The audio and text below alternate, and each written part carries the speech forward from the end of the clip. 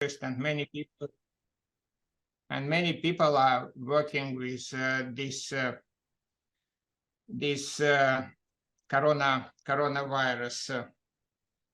So for therapeutic technology, it is important to know conservatives and functionally important sites, which might be promising target for drug design. So spike spike protein is very, very important for cell receptor recognition, binding, membrane fusion, and virus entry into the host cell. So it's well known that this spike protein consists of like two main parts, S1 and S2. This subunit S1 is very important for interaction with cell host receptor, and part subunit S2 is important for membrane fusion and virus entry. So we are working here. Also, the mechanism is well known of virus entry. Still, I would like to say a couple of sentences about our main target. So S2 protein, S2 subunit of spike S protein contains fusion peptide and also two parts HR1 and HR2, which are like play a very important role in the virus entry into the cell.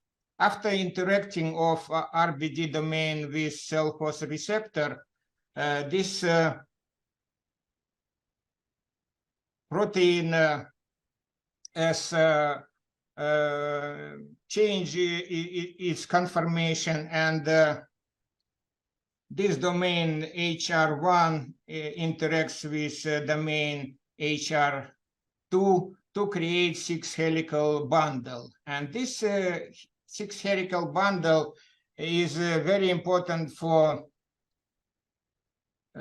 converging of membranes of protein and of virus and host cell, and then after converging, entry process also starts. So blocking of this process of creating 6 helical bundle is very important for virus entry into the cell. Therefore, what is also very important to know that this entry mechanism is common for coronaviruses and also for some other envelope proteins. Therefore, developing such entry inhibitors may possess the property of like broad spectrum properties for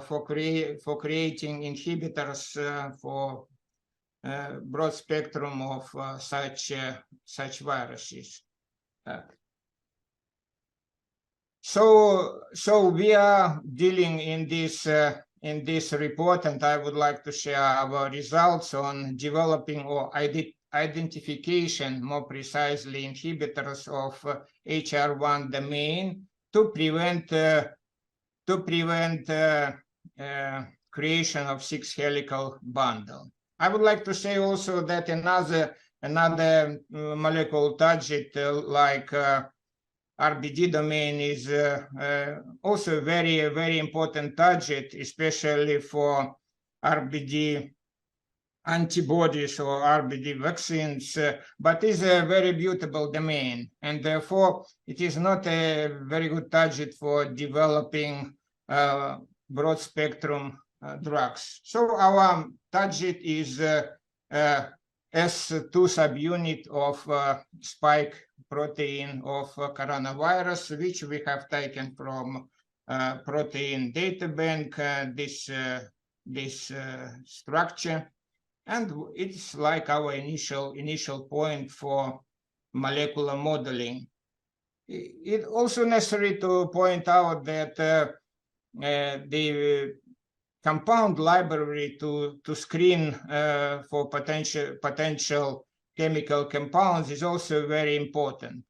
Previously, we worked with huge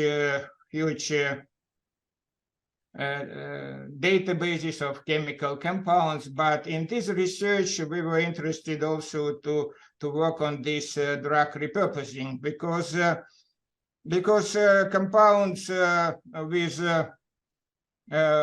which exhibiting biological activity, either being drugs or at least which are tested in vitro.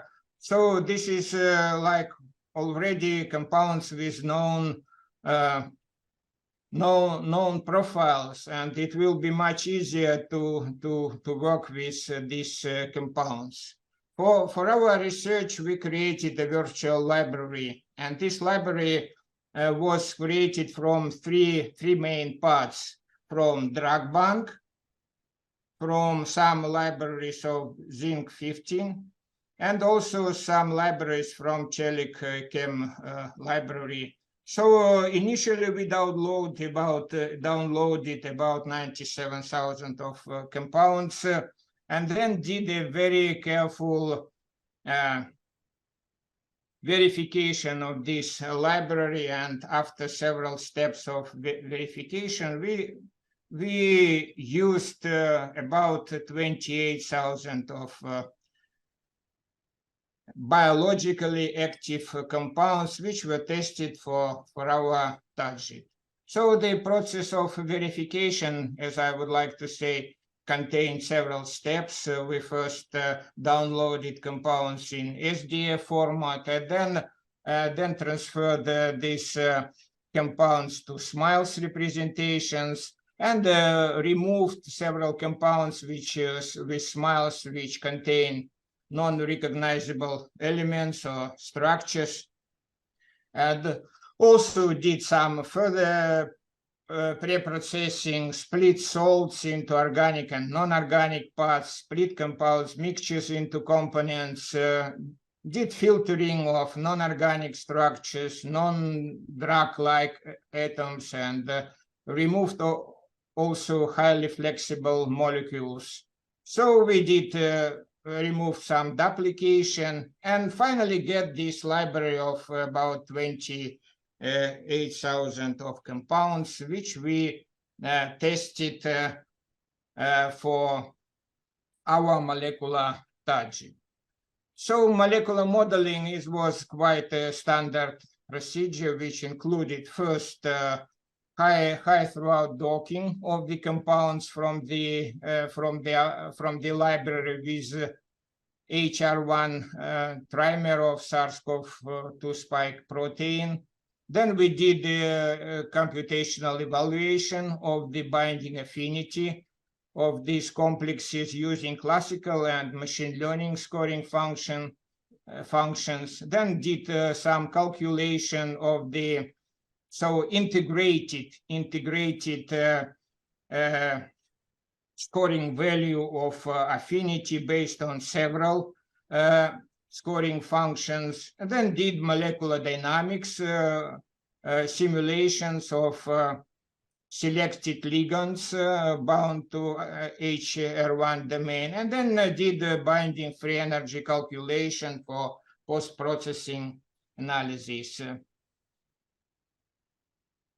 So concerning docking, it was quite standard procedure. First, we did some preparation of the compounds for docking, and then used after dock winner software for doing docking of our library with our target is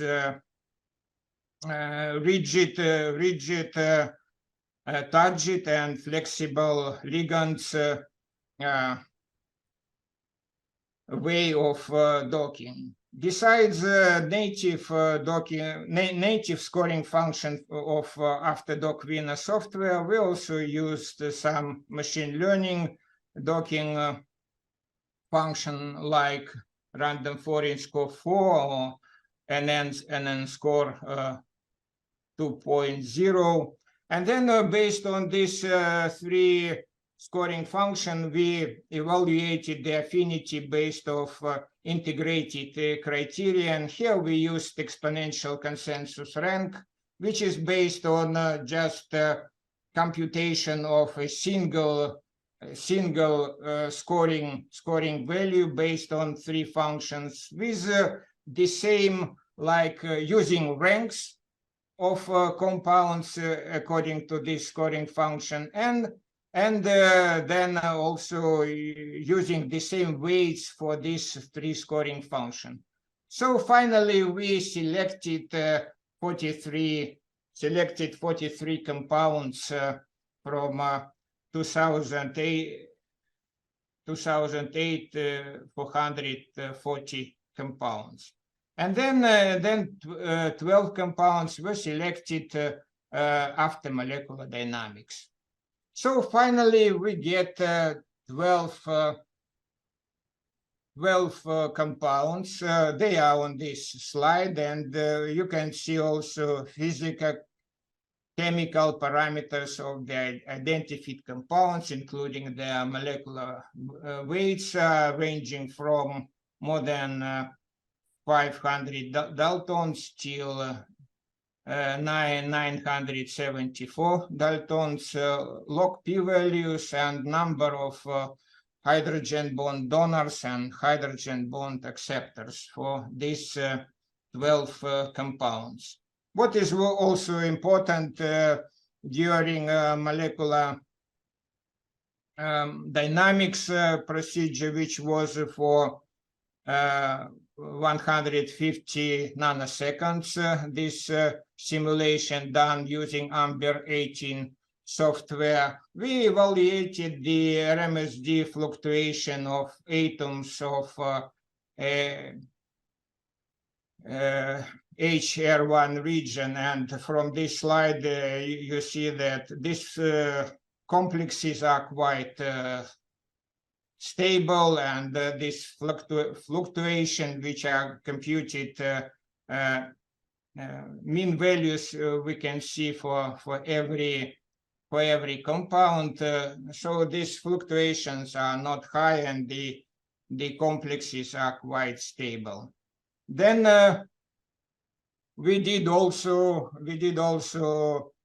binding free energy evaluation using this software, and we also can see that these complexes are quite stable, and the binding free energies, which is computed for last 120 nanoseconds, the values are in the top of every sub figure. And also this mean values of binding free energy computed for the last 50 nanoseconds are at the bottom of every sub figure. So quite good also values of binding free energy. And this is chemical structures of identified compounds which we selected after molecular dynamics. I would like also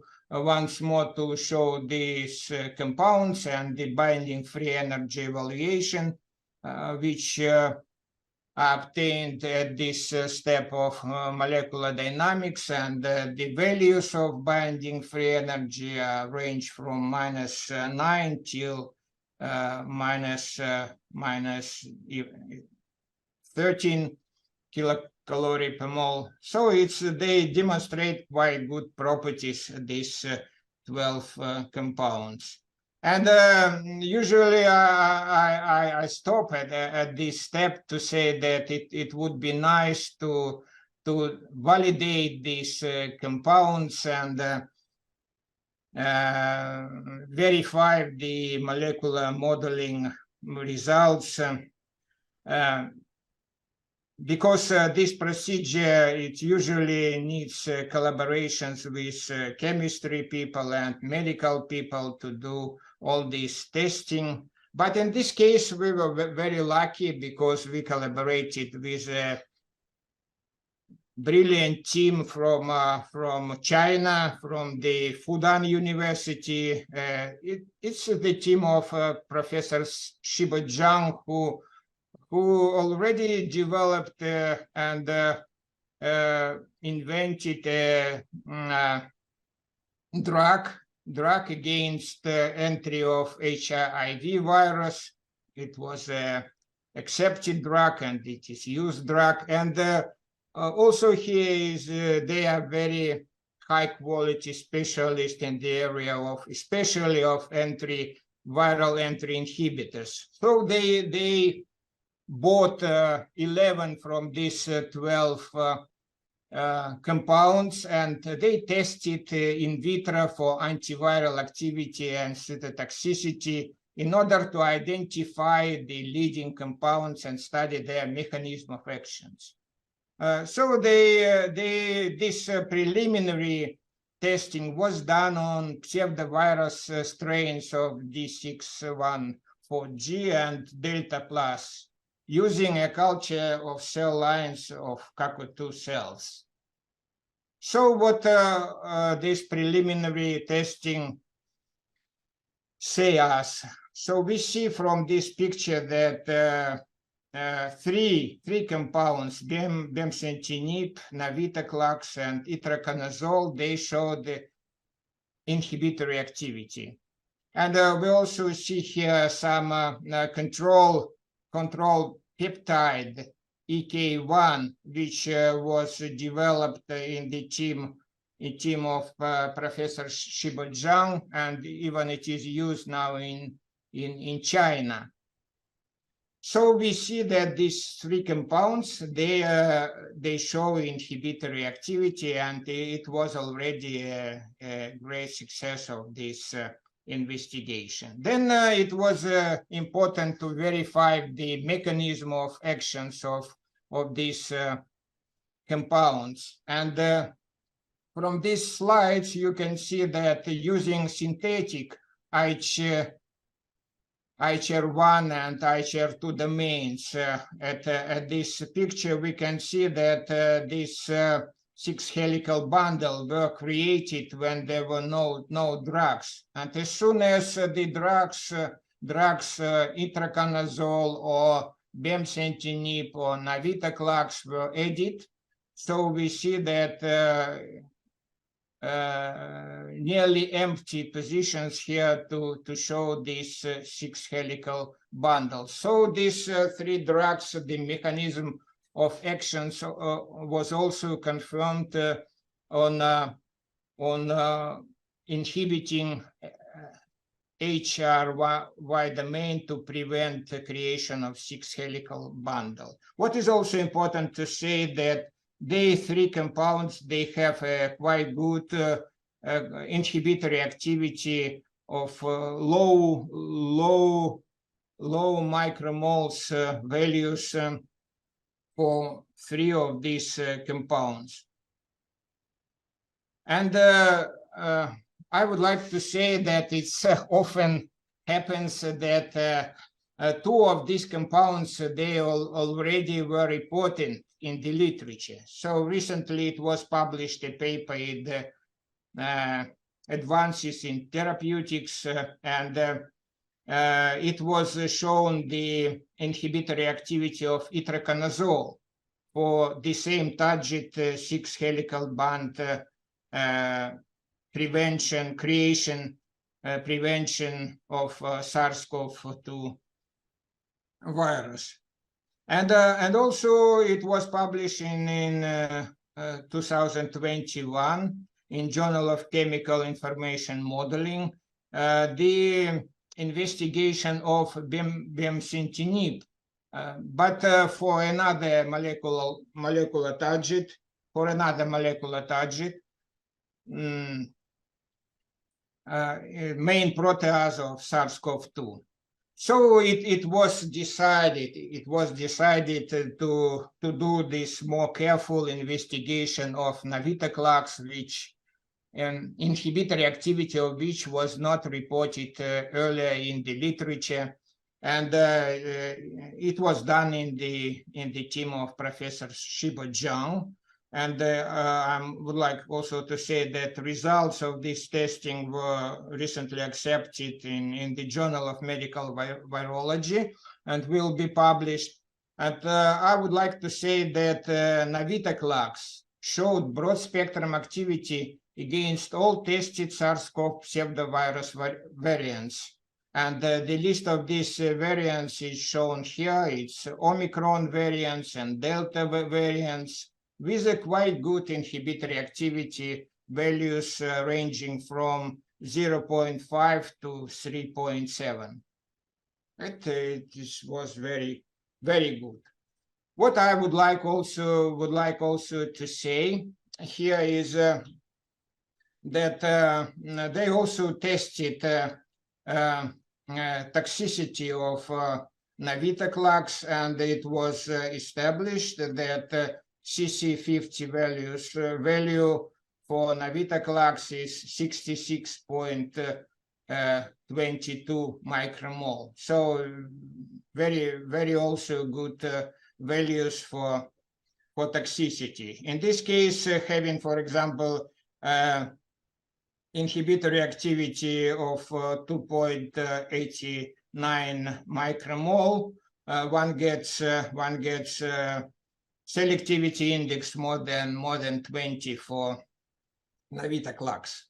So in these slides, we see some more detailed information about testing all variants of this coronavirus, two which were tested, and this is IC50 values for all these variants, and we see that navitoclax demonstrated quite good inhibitory activity values for these variants of coronavirus, and also selectivity index values, which are given in the last column. They also show very good values for selectivity index for navitoclax. What was also important that since the mechanism of virus entry is common for coronaviruses and also for some other envelope viruses, they tested in the group the inhibitory activity of SARS-CoV-2 of navitoclax to SARS-CoV virus and also MERS-CoV virus and also to HCoV 229E virus. And all of them demonstrated, in all of these cases, demonstrated quite good inhibitory activity. So this allows us to make a conclusion that navitoclax is a promising repurposed drug candidate for development of a safe and orally available broad-spectrum antiviral drug to combat the current SARS-CoV-2 virus as well as other its variants.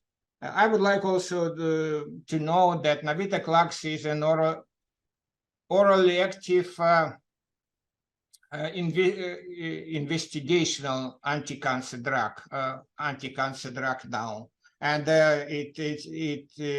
we can hope that based on navitoclax also it can be developed as broad spectrum inhibitor for coronavirus. I would like to say that we present our group is from Belarus, from Institute of Informatics Problems of the Academy of Sciences, and from the Institute of Bioorganic Chemistry of the Academy of Sciences of Belarus. It's Professor Alexander Andrianov. And our partners are from China, from Fudan University team of Professor Shiba Zhang. He is from laboratory. He is a director of key laboratory of medical molecular virology and medical school of Fudan University.